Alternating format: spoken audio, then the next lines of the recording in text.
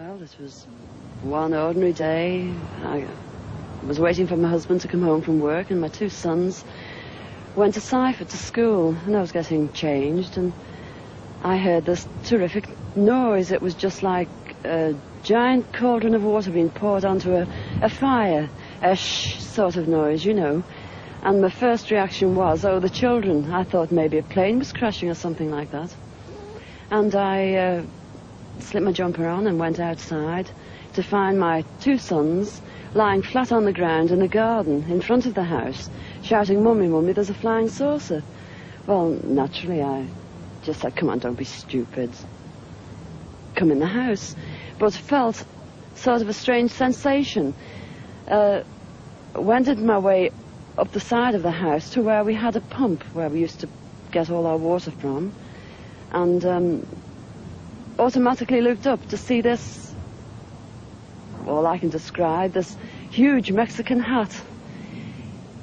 It was stationary, this thing, and it was bright silver in colour, and it had a dome. A dome. It was tilted to sort of, I could see the occupants in it. You saw people in it? I saw people in it. There were two people in there. These people were beautiful people. That's the only way I can describe them. They had long golden hair, like a pageboy bob, just like the old kings. You used to see photographs of the old kings. And the colour of the hair was golden. Now, I was really... What were they dressed in? They had a sort of a polo neck jumper affair, like a ski top suit, in pale blue.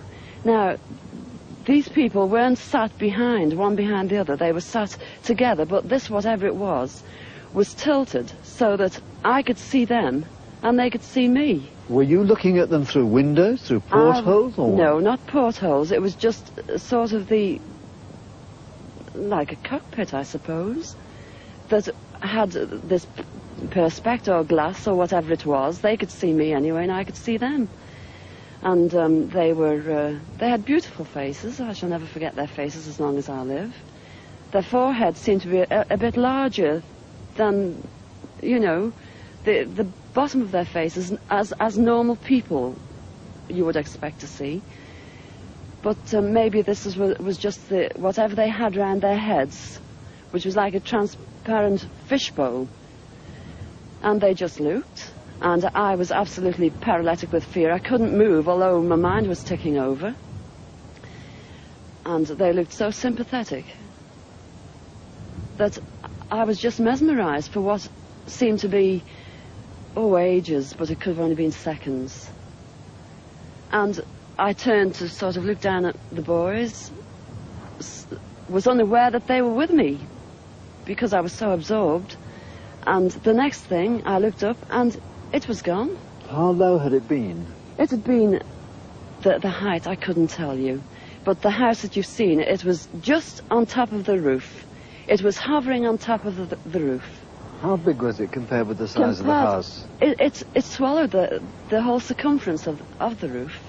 I couldn't see. The roof was completely blotted out. The chimneys I couldn't see. All I could see was this massive object that I described as like a Mexican hat without the bubbles. And then it flew away sideways or upwards? No, I didn't see. I just looked up and it had gone. But I assume it went straight up, because for a short while after in the sky I looked around and I said to my two boys, "Can you see anything? Can you see anything?" And they said, "There it is, Mum," and they pointed up, and I watched it. It was just like a little cotton meal in the sky, and it circled us 3 times. It went round 3 times, and then it just shut off, and that was it. When I started to analyse myself afterwards, I feared that I might have had an hallucination, but then I knew I hadn't had, because my sons were so sure about what they'd seen and what I'd seen.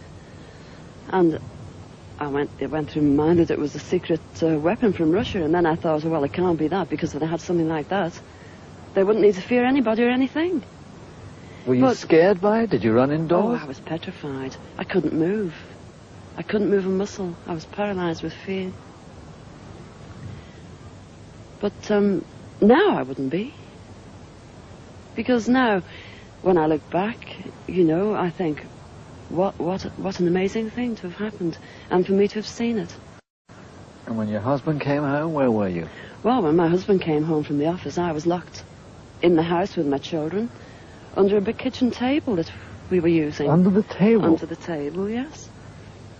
It's funny now when I look back. You know, it sounds absolutely ridiculous, but this is the truth. This happened.